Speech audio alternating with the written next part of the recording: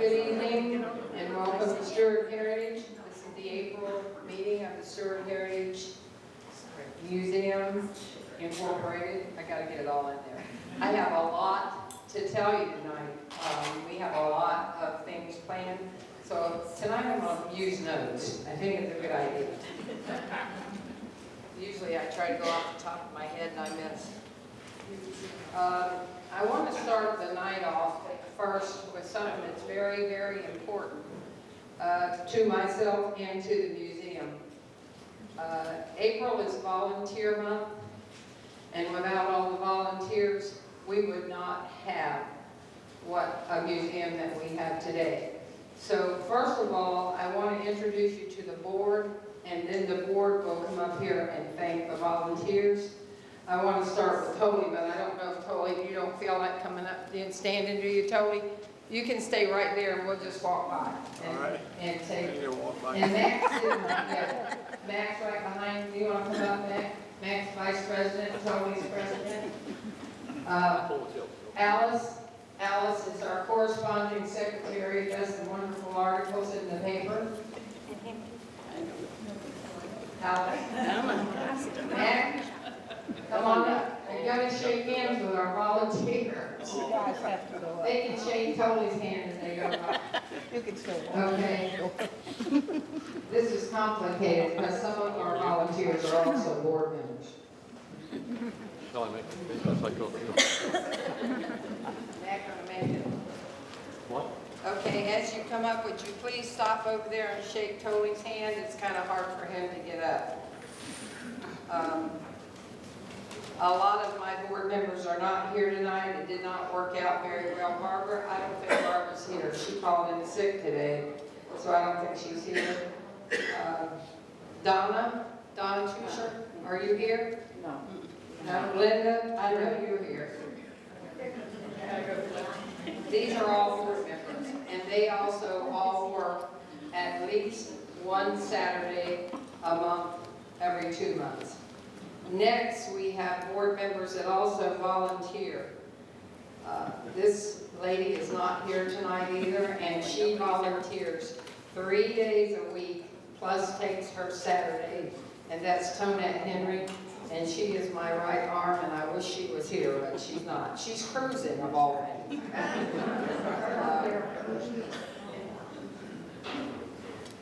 Next we have Judy, and I don't think Judy's here either because she's taking care of her mother, Judy Woods. She volunteers 2 days a week, plus does her Saturday. We have Lee Johns. Now Lee worked at the museum today, but I don't think he's here either. He works 1 day a week and does his Saturdays. Val Martin, boy, am I striking out tonight. Val's not here. Gail, I know Gail's here. Gail Randolph Rollins. Okay. Gail's also a volunteer. Go by. Gail, shake their hands and then go by and shake up here. She's a board member. Right. Okay. And a volunteer, yes. Okay. Now I want to introduce our employees who are also volunteers. Betty Hardwick, if you're out there counting money, come on in. I'll let her give money out while she's up here. We also have Ruth Faust that works on the weekends as an employee, and she is not here today. Okay, the other volunteers, Nancy Crawford. What would I do without Nancy? She makes our museum beautiful. Come on up, Nancy, and shake hands. Go by and shake toes and let us know how much we appreciate her. She keeps the museum beautiful. She decorates. She does the windows, so if you've appreciated the windows, she does them. Beanie, Rico, Beanie, get up. She wants to hide back there. Come on up. She's a wonderful volunteer. She comes every Wednesday, and we appreciate her. Cy and Greg Behrens can come up together. They're kind of new, but they are great. They really do a lot of work at the museum, and we appreciate them. Carol Walker. Carol's got to be here. She's always here. She did 50, I know she's here. Carol is a great worker, and she comes on Wednesdays, and she's always cleaning. Doug Arbo, I don't think Doug is here, but he's been our Sunday person for years, and he does a wonderful job. The same as Al Laraway. No, Al's not here. Yes, he's here, yeah. Oh, is he? Okay, come on up. Al. Thank you, Al. You can stay back here. Thank you. Jim from Wednesday. I don't see him. Gloria find you, right? Yeah, Gloria's here. Yeah, okay. Karen Morissette? She's not here. Ginger, Eha? Ginger's not here? Okay. Gloria Fife? Where is Gloria? Come on up here, Gloria. She is also kind of an employee. When I get in a real bind, I call Gloria and she comes in, but she works every Thursday, does a fantastic job. And if you ever want to tour, she'll do you a good. Debbie Skidmore, our brand new, Debbie's only been here once, but she's going to work out and be very good. Thank you, Debbie. We want to thank all of you, and you're much appreciated.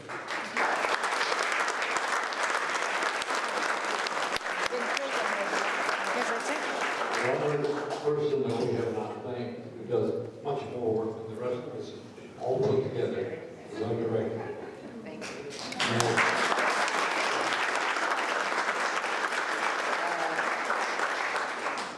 This is going to take just a minute, then I'm going to let Jonnie get up here because she's been waiting quite a while. But May is full of events, and I want you to know about it. May 1st is Preservation Day. It's the start of Preservation Month. That is going to do it, and now we can, it takes me great pleasure to introduce Jonnie. We've been to the Seminole Inn with our volunteers and our board and had our dinners out there, and Jonnie and Iris get up and they talk, and they are unbelievable. They can keep you sitting there while all that good food is there, and yet you're still interested in what they're saying. So if she can keep you interested long enough while you wait on your food, she's doing good. And also, Trinity, you want to come up again? This is, how many generations of the wall? Six. She is going to be just like her great-grandma Iris and her grandma Jonnie. Okay, I'm going to turn it over to her, and thank you all for doing it. Okay, so I was actually September and now I'm April. So I said, what do you want me to speak about? And she said, anything you want to. So I have more time than I ever have to speak, so you guys are in trouble. I am one of the three daughters. My mother is the oldest living resident born in Indiantown. She was born there in 1929. She was delivered by Aunt Sis, who delivered all the black babies, all the Indian babies, and all the white babies on her dining room table. She also was responsible for saving the life of Betty Jumper, Tiger, who became the first woman chief of the Seminole Indians. She was born in Indiantown. And Aunt Sis hid her when they came to kill her. So there's quite a rich history there. My mom is 87 this year. She has lived her entire life in Indiantown. We have cattle ranches in Indiantown for about 100 years now. My grandmother came to Indiantown in 1919. And someone was talking to me earlier and they said, oh man, it must have really been wild. I said, it truly was the last frontier.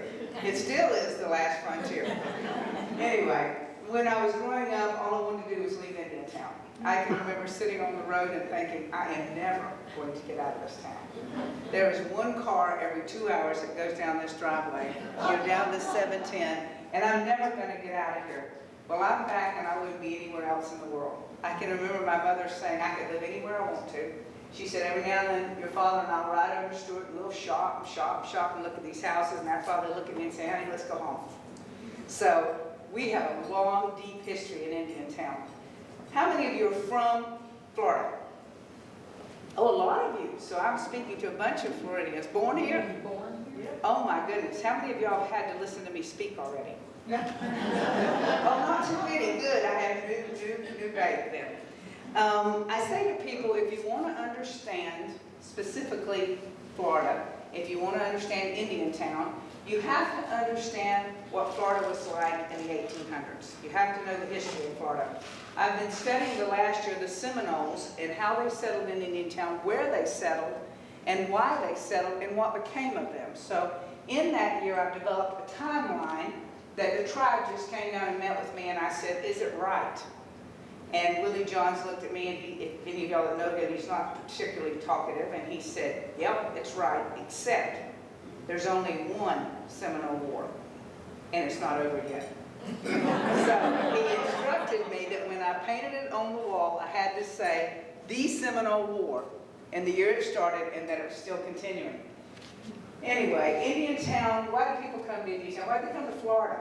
Any of y'all that know anything about Florida know that Florida was a swamp. That it had a sand ridge, it ran right down the middle of the state. To the east was swamp, to the west was swamp, and from Indiantown south was the Everglades. Lake Okeechobee used to be 100 miles across, now it's 30. It also flooded 2 to 3 times a year, and it flooded almost 200 miles to the south. It fed the Everglades. Any of y'all that know the history of Florida know that it was basically uninhabitable. We had mosquitoes. I said to somebody that they were laughing, I said, do you know that when I was a young girl and I cow hunted, any of y'all that have read A Land Remembered, the mosquitoes were just like that. Okay? I can remember having to put a bandana over my face because when the mosquitoes hatched out after the dry season, they would literally suffocate our cattle. They would go to their knees because every breath they took was full of mosquitoes. So that's not so long ago. That was Indiantown, not so long ago. That was Florida.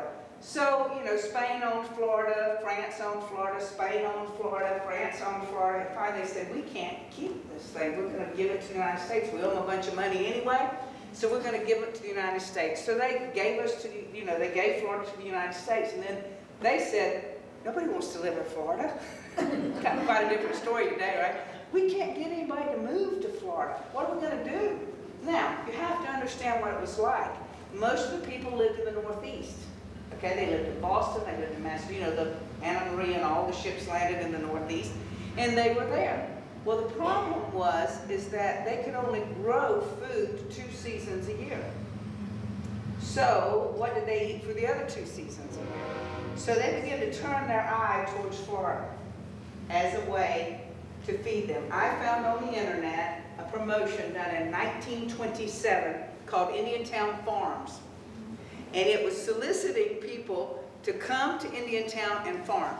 It said you can buy land for $10 an acre, you can get 10 acres, we'll have it all ready for your seeds when you get here, and you can grow 4 crops a year, and you can make $1,200. So, back then they were realizing that one thing Florida could do because of the weather was grow things. Now, those of you that know the history of Florida, I spent some time up in the Ocklawaha River Basin up by Ocala. We opened the first nature-based lodge in the state of Florida there. And when we were there, they were rerouting the Ocklawaha River because in our infinite wisdom, we straightened every river we had. Okay? We decided that we knew more than God did, and so we were going to straighten out all these rivers. Well, what we did was we fast-forwarded every pollutant that made its way all the way down from the St. John's, all the way through the Ocklawaha, into the rivers in Orlando, polluted all them, Lake George, Lake Apopka, and then we straightened the Kissimmee, and we fast-forwarded all that into Lake Okeechobee, and then we fast-forwarded into the Everglades. So, what happened? Well, we said, but what happened was that guess what happened to that land when we straightened it? You can grow anything in a riverbank.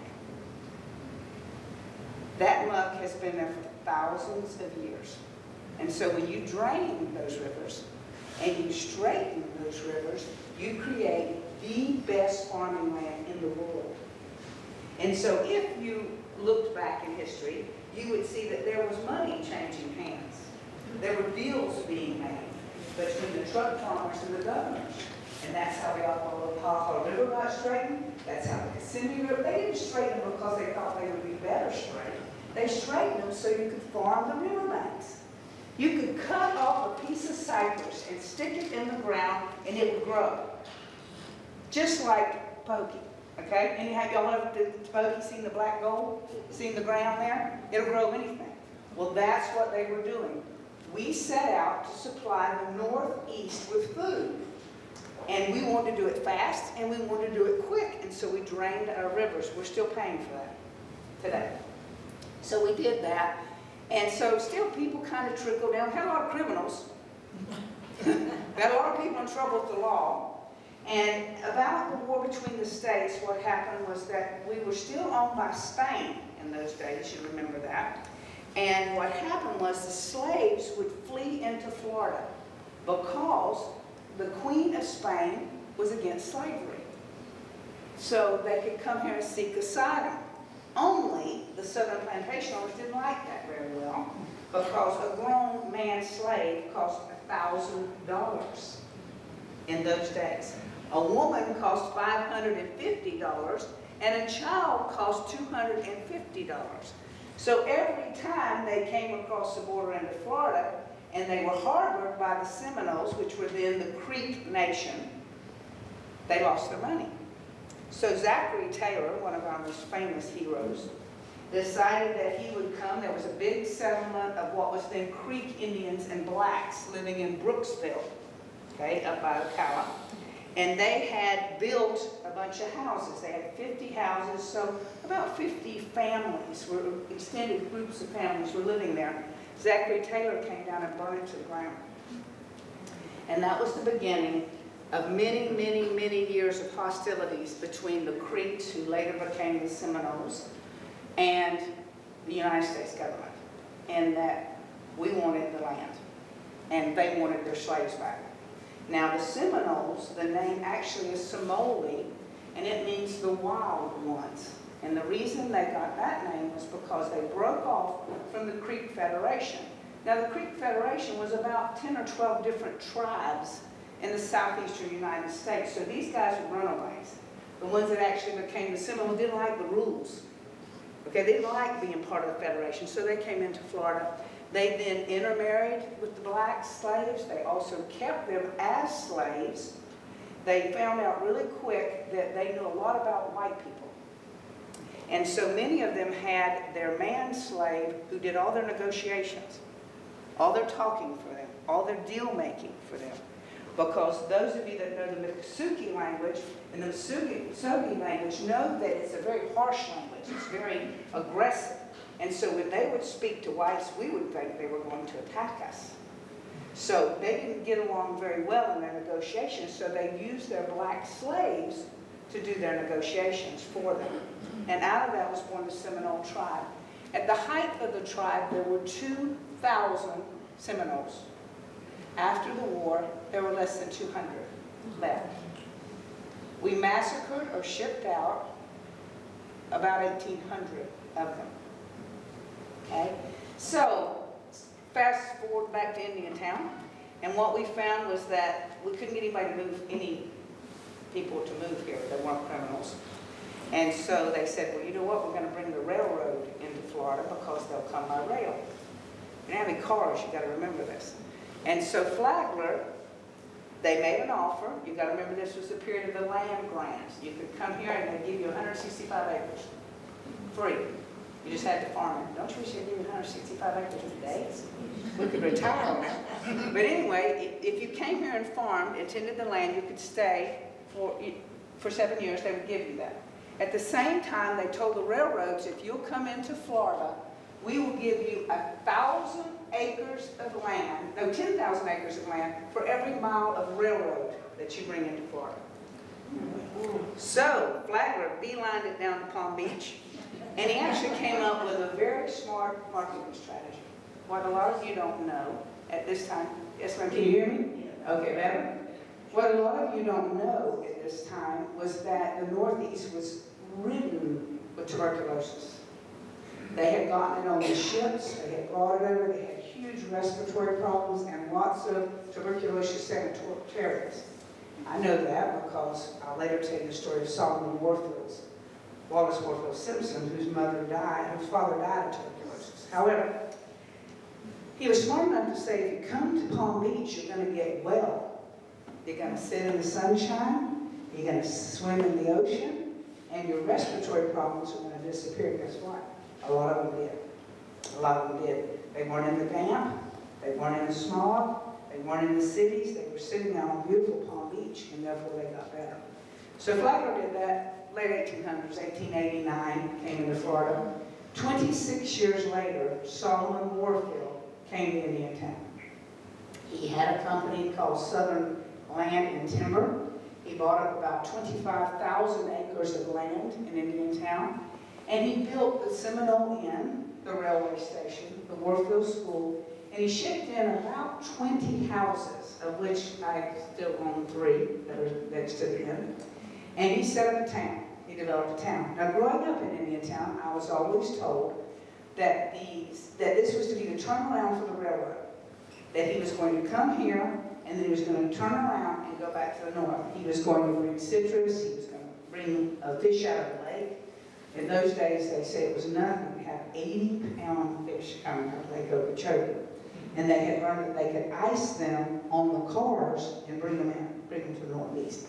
So his intent was not to bring people, but rather to, everybody was told, but rather to be the turnaround. Seminole Inn was a private hunting lodge for his wealthy friends and hunters, and for the seaboard people, and then he was going back to the north. Well, when I did my historical nomination, I found out that was a lie. When we perpetrated all those years, the truth was that he intended to drain and develop the Everglades. And Indiantown was to be the headquarters for that. So we can be very thankful that 6 months after he opened the Seminole Inn, he died. I say to people, maybe they killed him, but he didn't. He had a large turnover ratio. And the way I knew that was when we began to research it, we found that he planned this huge trip through Florida. He stopped in Arcadia, and they brought out belly dancers, and he went to Miami, and the Seminoles walked down the railroad track. There's old pictures of him with the Orange Blossom Special, and he brought down investors, attorneys, and money. And he was looking to fund his project because he had been given land all the way to the port of Palm Beach. Okay, the port of Miami. So he was soliciting money and development to do that push into the Everglades. It would be a very different Florida today if that were the case. Would it not? So, the railroad comes into Indiantown, he builds his houses, he opens a Seminole Inn. What is his claim to fame? His claim to fame was that he was the uncle of Wallace Warfield Simpson, who the King of England advocated his throne to Mary, the twice divorced America. Now, why was that important? Our uncles aren't that important in our lives. It was that important because her father died of tuberculosis when she was 7 months old. And so she and her mother lived in the house with Solomon Warfield and his mother, who was very puritanical. If you've ever seen pictures of her, I said they didn't need facelifts because they had their hair back so tight that it held their face up. And they wore those black dresses that buttoned up under the chin, and long boy, she was scary. The problem was that Wallace Warfield was not in love with Uncle Sal, but Uncle Sal was in love with Wallace Warfield. He loved her his entire life, and she married 4 times, and she never married him. So Grandma decided she didn't like this little tit-to-tat in her house, and so she threw out Wallace Warfield and Bessie Warfield, and they went to live in a boarding house. And there are those that say that is where she honed her skills for listening and making you feel like you're the only person in the world, which eventually captured her the heart of a king. Now, the number one question, did she ever come to the Seminole Inn? I'm told that she was his social hostess at the opening of the inn, because in 1927, you don't have an event if you're an unmarried man, unless you had a female hostess. And so she was the hostess of the inn at the opening. I'm also told that she came by in 1936. They were granted the house at Mar-a-Lago by Meriwether Post, and they spent several years in Palm Beach. And I'm told that the train came through Indiantown, stopped, and they stepped out on the landing and waved at the 4 or 5 people that were sitting in the old Seminole Cafe. And later, the Palm Beach papers said the Duke and Duchess stopped to see the town that her uncle built. I can't tell you whether either of those stories are true. They make great stories, I think. What I can tell you is that in 1985, when we were renovating the inn for the second time, I had a Bentley pull up in front of the inn. We were closed, and out stepped a man with his spats and everything on. He walked up and he said, "My mistress would like to visit the inn." And I said, "Well, the inn is not open." In fact, the entire living room is full of furniture. He said, "She doesn't care. She wants to come in." So out of the Bentley got this little tiny woman with a black veil, all in black, small, and she walked in, and I did not exist. Okay, I didn't even warrant a word. And she walked by me, and she walked all through the inn, and there was an old clipping on the wall that my grandfather had told the story. And she walked up and she tapped it. She said, "See, they still remember who I am." Got in her Bentley and drove off. And died 2 years later, 1986, I believe. So that I can attest to. She certainly didn't walk up and shake my hand and say, "I'm Wallace Warfield Simpson," but I don't know who else it could have been. So that's our rich history. If you've been to the inn, you will see that we have Dade County pine on the floors, built in 26. You'll see that we have Pecky cypress on the roof, cut out of the Alapata Flats. You'll see that we have Mediterranean architecture. The walls are 22 inches thick. It has survived all the big hurricanes, the Hurricane of 28, the Hurricane of 29. Although my last hurricane, I decided I would no longer be open for hurricanes. It was quite an adventure. But anyway, we have been there. We rescued the inn in 1974. They were going to tear it down. They were tired of messing with it. It was owned by the Seaboard Airline Railway until 1954. In 1954, it was sold to Mrs. Flewelling, who was a French investor that owned all of Indiantown, the banks, the septic, and everything was owned by Mrs. Flewelling. And she bought the inn. She sold. She was done with it.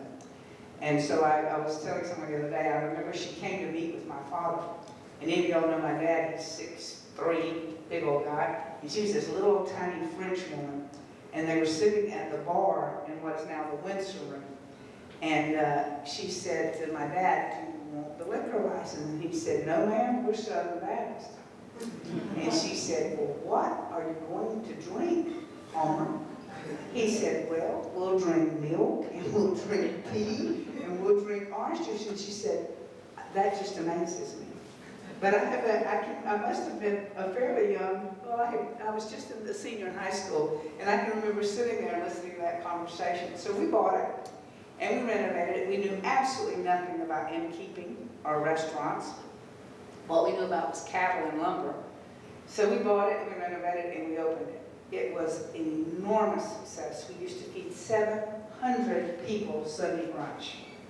We opened at 7 in the morning, we closed at 7 at night, and they would fly their helicopters up from Miami, and that whole empty lot across the street would be full of airplanes. However, there was a little problem called the chef. And what would happen is about every other Sunday, the chef wouldn't come to work. And my mother, Iris, would be the chef. Now, Mother has taught Sunday school, she told me the other day, for 70 years. She's 87. She has taught Sunday school since she was 17. So about the 20th time she had to cook, she said to my dad, "Homer, I'm done with the inn." And she said he would go out and sell the biscuits and then come back and she would have to bake them. And she said, "Homer, if you sell one more biscuit, I'm going to divorce you." She made big cat paw biscuits from scratch. So they said, "Okay, this is it, not for us." So we sell the inn to an innkeeper, and it lasts about 3 or 3.5 years, and it goes bankrupt, and we buy it. This is important. We buy it back. We actually pay money for it. We didn't get it back on a default. We actually went out and wrote another check and bought it back. This is the year's 1984. I ran it for about 3 years and decided I was going sailing, and sold my house and bought a boat and went to the Bahamas. Well, it lasted about 6 months after I left, and Dad sold it again. So the fast forward, the year is 1992, and I've been running one of our lumber yards in West Palm Beach, and I am over it. I said to my dad, it's by the Seminole Inn. He said, N-O, read my lips. I am not buying the Seminole Inn again. And I said, if you buy it, I'll run it. He said, oh no, you'll get married and move off and I'll be left with it. And I said, no, I promise you, if you buy it, I'll take care of it until I die. So he put in a bid to the Small Business Administration, and they sent him a note. They denied it. He was so happy. He was dancing around and just deliriously happy. And then they sent him a note saying, Mr. Wall, we decided to accept your offer. So, as God would have it, we closed on a Friday evening. We signed the papers, and that night we get a phone call. John, the lumberyard is on fire. We had not even unboarded the windows of the Seminole Inn. It still boarded up from a movie. We go down and we watched our lumberyard, which housed all 18 of our secretaries. All of our computer systems burned to the ground. And so the next morning, we went to the Seminole Inn. We unboarded the windows. We cleaned it up. And we set up our offices in what is now the Windsor Room. In those days, there were no cell phones. So Indiantown Company came and strung lines across the ceiling, and we had those phones. We had to just yell so somebody could pick them up. We didn't even have rotary phones. We had, on computer, pencils and papers. And we opened for business. That year, my father built me a home, renovated the Seminole Inn, and rebuilt the lumberyard. We opened in April of '94. He was diagnosed with terminal cancer in June and died in September. So I often say to people, had he been alive, I probably would have weaseled out of my deal to run it forever. When I first bought it, Dad, I just got to decorate, and clean up. I was one of those, I had to make it pretty, Well, when the plumbing didn't work, my dad knew what to do, When the electrical panels went out, he knew where they were. And one day I was sitting out thinking, I must have been out of my mind. I'd call a plumber and they'd say, where are your shutoff valves? And I would go, I have no idea. Where are your electrical panels? I have no idea. It was just unbelievable. And I often laugh. I just celebrated my 17th. I've been there 24 years at the Inn. I just celebrated my 17th anniversary. And I said, my husband says, I married him so he could keep the Seminole Inn open. He's a general contractor. However, I'm like the shoemaker's daughter. I'm the last one to get it. But that's true. He has helped me keep it open. So we've been there 24 years. This year Indiantown is going to have a birthday party.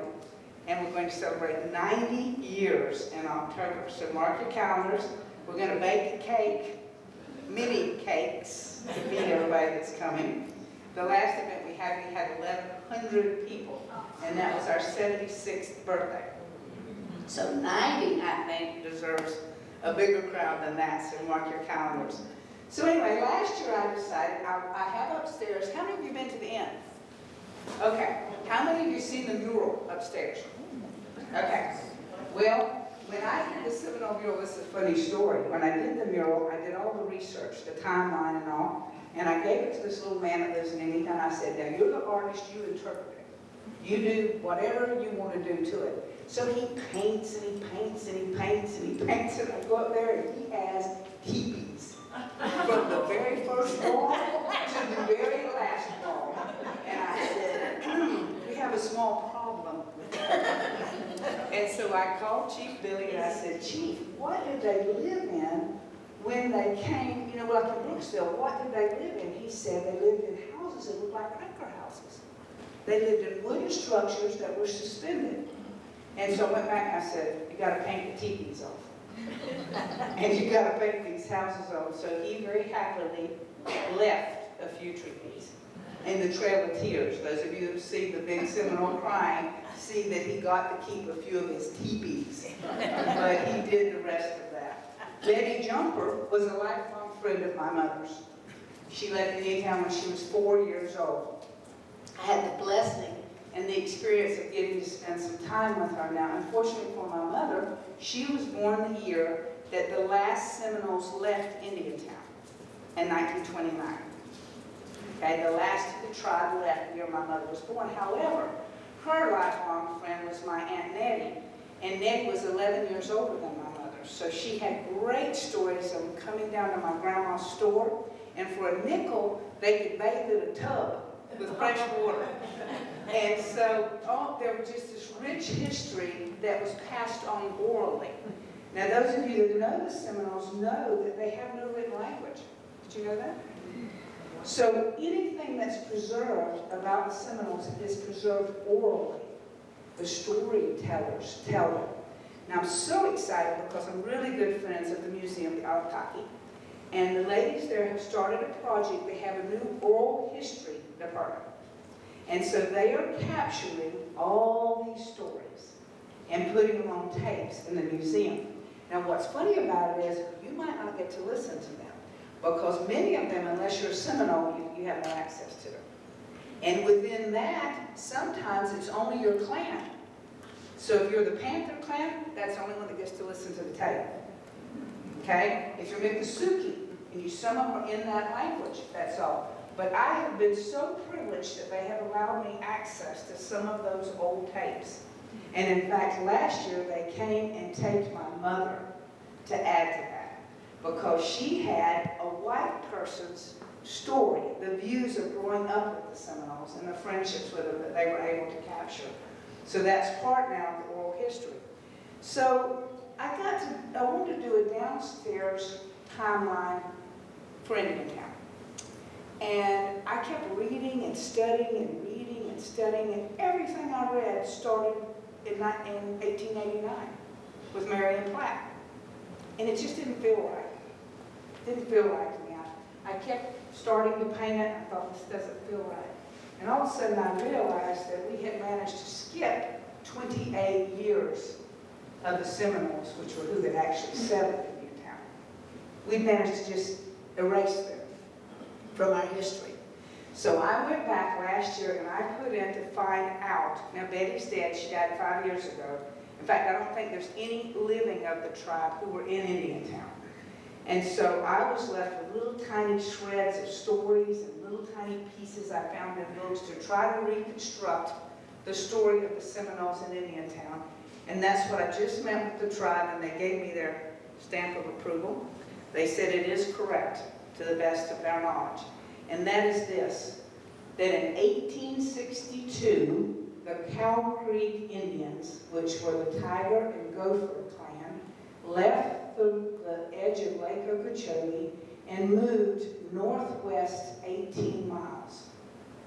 I found two old books written in 1930, one by a Seminole, one of the Indian agents who counted, I don't know why we kept counting them. I think we were afraid they were going to come back and murder us, but we kept counting. We spent years counting them when there was like 189 of them. We kept marking them on maps and sending people out to find out where they were. I'm not sure why. Anyway, so they moved to Indiantown. I found an old map that showed where the settlement was, and then I pieced together all this information, and where they settled was in the Barley Barber Swamp and Florida Paramount. To the best of our ability to reconstruct it. Why do we say that? We know by this time that the Seminoles no longer lived in villages because they were hunted day and night by us. The Indian Removal Act had been put into place. They were paying $1,000 for every male Indian that you could put on a boat to Oklahoma. We bred dogs specifically in Europe just to hunt the Indians. And so they no longer could live in villages. They lived in small settlements within hearing distance of each other, but they didn't live like they had lived in Brooksville any longer. The area from Highway 710, which is where the railroad runs along it, to West Farm Roads is 2 miles. Okay? We know that they lived scattered throughout that swamp because they trafficked up and down West Farm Road. They went to my grandma's store, which was on West Farm Road. They went over and picked oranges and participated in that community. So we know that they were in that area. We also know there's a great story about the chief he died. He was queuing a canoe. That was the other little incident that helped me place them. They said they settled and the last old growth swamp that had cypress trees that were big enough to build dugout canoes. They had to be 60 feet tall. Barley Bar was the last strand of that kind of cypress between there and the river. So it's where they had to have settled. And so Tom Tiger, Chief Tom Tiger, is shooting a canoe. He gets hit by lightning and he dies. And true to Seminole style, they cut the canoe in half, they put him in it, and they put him in a tree, which is typical of what they did. However, this Florida comes down and tells all over Okeechobee that he's from the Smithsonian, and he's looking for Indian artifacts. And so Robertson says, well, you know, there's this old man named Barley Barber, and he lives in the swamp over by Indiantown, and he knows where a chief died. So he gets up with Barley Barber, and Barley Barber takes him into the swamp, and he steals Tom Tiger's bones. And he leaves them. Well, the Indians say that almost was the fourth Seminole skirmish, but lucky for us, there was a sheriff in Fort Pierce named Collier, and they put, now I don't know how they did this, okay, they had no telephones, so they must have put out the drums and said, we're going to find you, and when we find you, we're going to kill you. So you better send our bones back. So they weren't at the Smithsonian, that was a lie. He took them to some sort of fair up in Pennsylvania and was showing off the bones. Well, he got the word that they were going to come kill him, so guess what? He didn't call up, but he got word to Sheriff Collier that he was sending the bones back. And so Chief Smith, who lived up outside of Okeechobee, came over, and they actually came in on the train, and he put them in the wagon to take them back to Barley Barber. And he said, will you ride? He said, no, me no ride with bones. So he walked back to Brady. I mean, not to Brady, to Bassinger, because he wouldn't ride in the buggy with the bones. So they put them back. So when I piece together all these little tiny pieces of information, I can almost stand before your confidence today and say that that is where the Gopher and the Tiger family settled in Indiantown. And of that family, Ada Tiger had just been born. The year was 1862 when they made that move. She was the mother of Betty Jumper. Okay? Betty Jumper was a half-breed. Her father was a French trader. Her brother and her both were half-breeds. And her uncle, who was, I don't know if you know this about Seminoles, but the uncles raised the children. For some reason, they're who teach them all the things of the tribe, all the information. So Gopher was raising, he had Betty, and he had her brother, Howard, Ellis. They just took whatever names they wanted. In fact, in my research, that was the most difficult thing. I had to actually make these big, long lines and get all their names so that I could figure out which person I was talking about, because they just took they liked you, they just took your name. And so the Seminoles explained to me when they came that actually you're given a name at birth, then you're given a name at the Green Corn Dance, another name, and then as you do things that have merit, you're given other names in your lifetime. So you have to kind of core out all them up together to find out who you're talking about. So they put the bones back, we went on a ride. What I know is this. They came to Mr. Chief Gopher. Now he was what they call a bag man, a medicine man, but he got saved. And so he gave up the witchcraft and the medicine. So he was kind of an outcast, and he took these two children and they came to kill them because they were half-breeds. And what they would do is they would stuff their mouths full of mud and suffocate them to keep the tribe pure. So he came to kill them, and he said, you're not taking these babies. I don't believe that anymore. We're not doing that anymore. So there was some gunfire and some argument, and Aunt Sis took Betty and her brother and hid them until they were able to gather their things and move to the reservation. So the reason they moved to the reservation is because they were still killing babies at that time. They were the last Indians to leave Indiantown. In the Indian agent's report, they said that they were not willing to go, so they cut their provisions till they starved them out.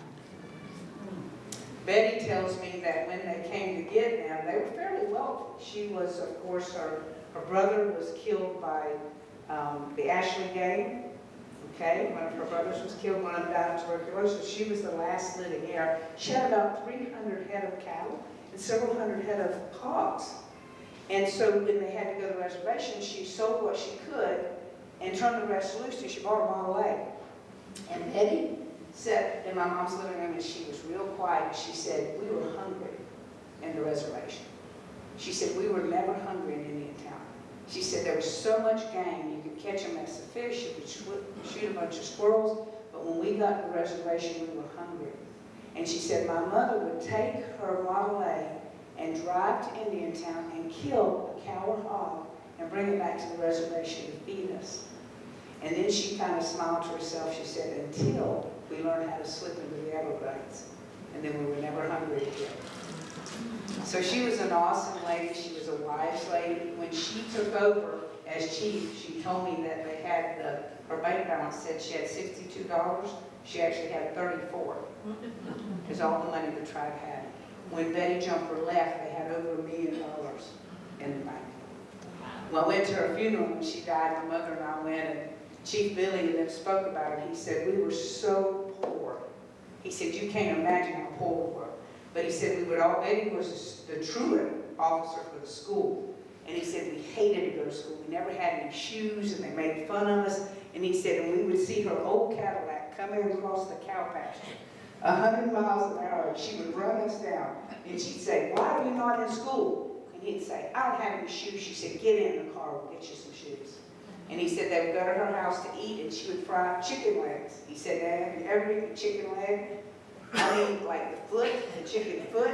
He said you could eat a mound this high and still be starving. And so she would fry up bologna. But he said she raised all of us. Betty raised all of us. And she tells a story of when they were trying to go to Washington to get recognized as a nation. They had no money. And she said they would hitchhike. And they would go down to the wharfs and they would sing in Miccosukee and they would throw them coins. And she said they were just poverty-stricken. And they would get on buses and go to Washington and, and lobby to be made a nation. It did not come easily to them. Nothing good comes easily. My mother said to Betty one time, she said, Betty, why don't you move up here with me? My husband's dead, and your husband's dead, and we could live together. Betty said that for a long time, and she said, we could build a chickie in the yard, and we could go in the house at night. Now, but she never did move. Mom likes to tell the story that every now and then her phone would ring. In the middle of the night, Mom was always doing history, always piecing, and she had asked Betty these questions, and she said, why did Gopher why were there two Marys? Who are they? How could he have two wives and both of their names be Mary? She said, I think about it. So she waited for a long time, and Mom said one night her phone rang about 11 o'clock. She answered it. She said, this voice said, he married two sisters. Not hello, how are you? What's up? He married two sisters. So Gopher had married two sisters, and both of them named Mary. But we were good friends for a long time, and my Aunt Nettie went where the settlement had been when they left as a very young girl, and she found a pair of scissors and a thimble and a basket. And she saved them her entire life. And when Betty came to see us before she died, she gave them to her. And she put them in the museum. So it's been a long history of us. We still have an enormous respect for the Seminole tribe. They play a huge part in the history of Indiantown. They left in 1929. Interestingly enough, they were given 2,000 acres, which is where Florida Crown Light was, in 1911. We took it back in 1930. Now, we don't know why, and we gave them some of that land you can't live on down there in the swamps. And we took it back. It's pretty closed. You really can't find out who bought it. But I guarantee you it was some sort of deal where somebody wanted the land. And so we threw them out. So that's the story of Indiantown and us. My family has ranch there. We still ranch there. My mother, at 87, runs about 300 head of grown cattle She and one old man tend the ranch. She has 1,266 acres in one place and 400 in another. So about 1,600 acres she runs cattle on. And we run a small herd. My husband and I run a small herd of about 120 head. And we farm, we grow heirloom tomatoes in Indiantown. And so chickens and all those good things that go along with that. So 6 generations of us there. We believe in the South that storytellers are born. That every family has a keeper of the history, the storyteller. And lucky for me, I've sat at my mom's knee until I've become a storyteller. And I think Trent's probably the one behind me. She's the only one that cares anything about it, spends any time thinking about it. So I believe that's all I have to tell you. I'll be glad to entertain any questions that I can answer for you. Yes, ma'am. Betty Jumper, somehow, this whole story, the Savages from Palm City were mixed up in that. Who were, Mrs. Savage had something to do with Betty Jumper. Well, she delivered. Mrs. Savage? Yes. Is she, And my mother. is she the one that saved her? Repeat the question. Yes. The question was, what about the Savages from Palm City? What did they have to do with Betty Jumper? And I said, that is who A, delivered her, as well as my mother, Sis Savage. Okay. And that is who hid them when they came to kill them. So yes, they have a lot to do with each I've other. read that book, it's fantastic. They have a lot to do with each other. Yeah. She was an amazing woman. Yes, Have you ma'am. ever thought about writing a book? Yes, if I could ever slow down enough. As a matter of fact, I've been trying very hard to write. There's been a couple, there was a new book published a couple of years ago about my mother called Irish Ball Cracker Cowgirl. We have it at the museum. At the museum by a second grade teacher in Indiantown wrote it. And my mother, right after my father died, wrote a series of stories called Cracker Tales. We sell them at the end. And I said, are you planning to die? And she said, no, but I realized I'm the last living person that knows this story. If I don't write it down, it will be lost. Well, I have 365 interviews on tape of my mother. And so I have a goal to write the real story of the lady. We say she's the gorilla glue of our family. She is, as a grown woman, if I have a bad day, I go to my mother. She lives in the same house she's lived in since I was 16. And I am going to be 64 next week. And so if you go there any time of the day, you can ask Trinity to go see Mom almost every day. She'll either be studying her Sunday school lesson or reading a book or sitting on the couch. And I'll come in and I said to somebody, she never tells you what to do. She just listens. And by the faces she makes and the tone of her, like, you leave knowing what to do. And I am so thankful for that. Many times my husband makes fun of me. He's a Canadian. And his father was a dock. He ran big inlets. And so he moved his whole life. And so he says to me, it's not fair that you can live anywhere. I could move in a tent and make a home.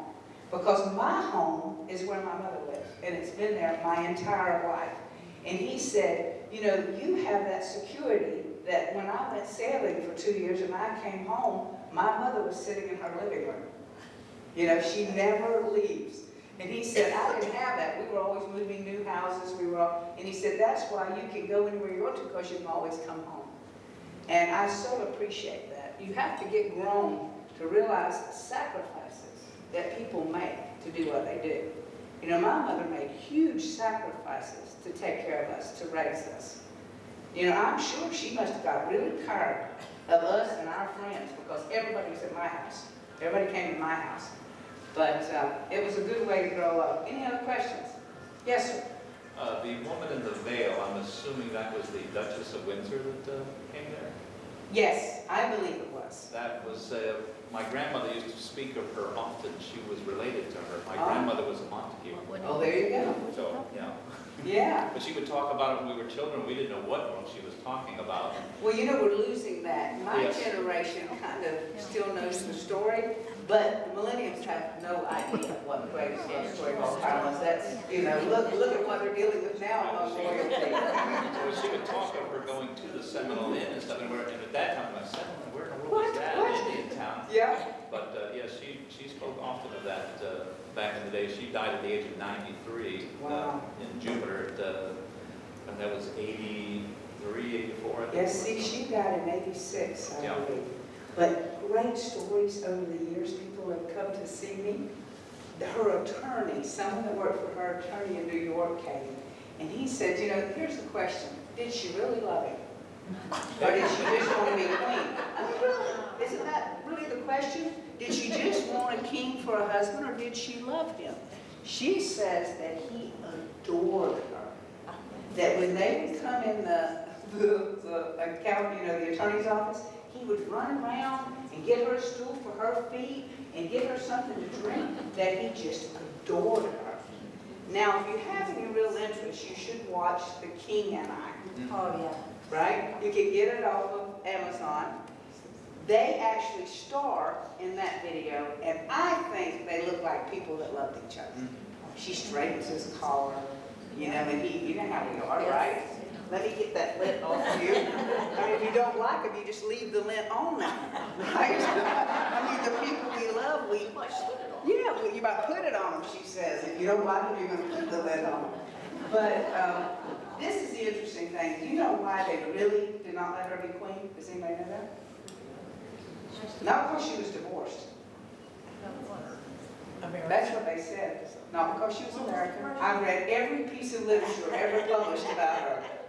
Because she and the Duke were very involved with Hitler, who was sweeping across Europe at this time. He was so smitten by her that he sent her 24 white roses for an entire year after he met her. And so she had so much influence over David that they felt like that they would sweep in with the Nazis. And you know, they were all intermarried, like the Germans, part of their household and all that. So the real story is they were afraid of her influence and the pro-Nazi beliefs that they both had. Now they hid that. They didn't want to tell us that. You know, it's one of those things that, you know, the WikiLeaks weren't around. They couldn't let it out then. But it's an amazing story, I think, you know, to spend your life in exile. You know, why? Does anybody know why they wouldn't let him go back to England? David was the most beloved monarch that had ever ruled. The reason being is that you could not touch, there was not a monarch alive that you could touch until David. If I touched you, I was put to death. Now why? Because that's how you kill people. Those days you jumped up and stabbed them, or you poisoned them. So David was so much a king of the people that when he was brought in, you realize they're king, well, not king, but they served for an entire year before their coronation, at least a year. And so he traveled. At that time, they owned 20% of the world was owned by England. And he traveled that entire year. He shook so many people's hands that they had to cast his armor. So the people loved David.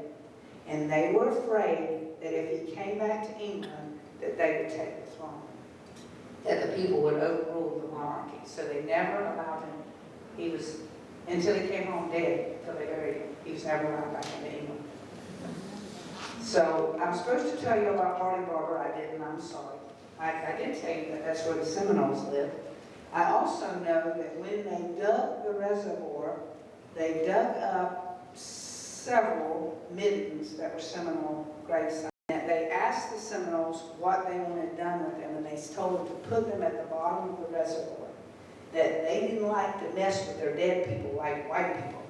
They don't DNA them, they don't want to examine them, they don't want to know what killed them. They just want them to rest in peace. So those remains were put at the bottom of the Barley Barber Swamp. Okay? So Barley Barber, I would like to encourage you to go see it. It's a beautiful old Stand Florida swamp. Now that you know all these stories, you can hear a whisper as you walk down the boardwalks. You can listen to the cypress trees as they call your name, and you can remember the Indians that lived there all those years ago and what their lives were like. However, it's a little difficult to get reservations, You do not make them through the Seminole Inn. The Seminole Inn no longer runs the Glory Barber Swamp. They closed it in 2011 when we had the terrorist attacks because they thought they would come and bomb the power plant. And so it was closed for about 6 years till who my mother calls the hippies came out there and tied themselves to the trees and showed that you could just walk in from anywhere and blow up Florida Paramount if you want to. So they reopened it. However, they gave it to Treasured Lands out of Stuart, and it is run by that organization now. It is not run by the Seminole Inn. So unfortunately, we cannot make reservations for you, nor can we take the tours. You have to get on their website and try to make a reservation, or call them and hope that they call you back. We are working on that. We have a new historical society in Indiantown, and we're trying very hard to request that it be turned over to us as a town. That we feel like it's one of our greatest assets, and that we should be able to manage it and take care of it and provide access to it, because we have a deep love of it. So hopefully that might happen. But right now, I think they're doing some tours on Friday, Saturday, and Sunday.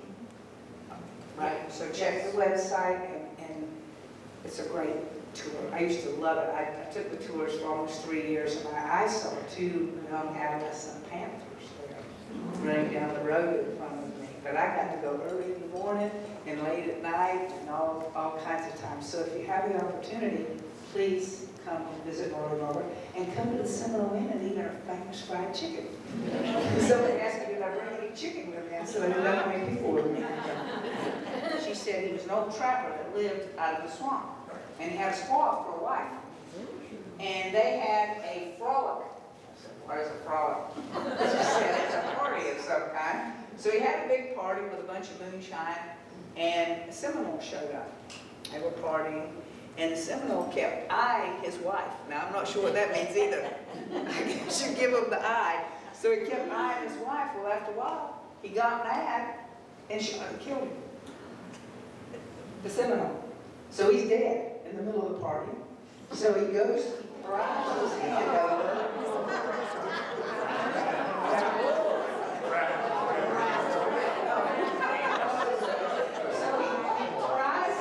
And he puts the knife in it, and he goes to Stuart, and he gets the constable, and he comes back and rules it self-defense. However, he's living there with his squaw, and the message starts coming that they're coming to kill him. That his brother's going to come and do away with him. So one day, Wally Barber packs his stuff, leaves his wife, his pigs, his chicken, and everything else, and takes home. And that was the last we know of Wally Barber.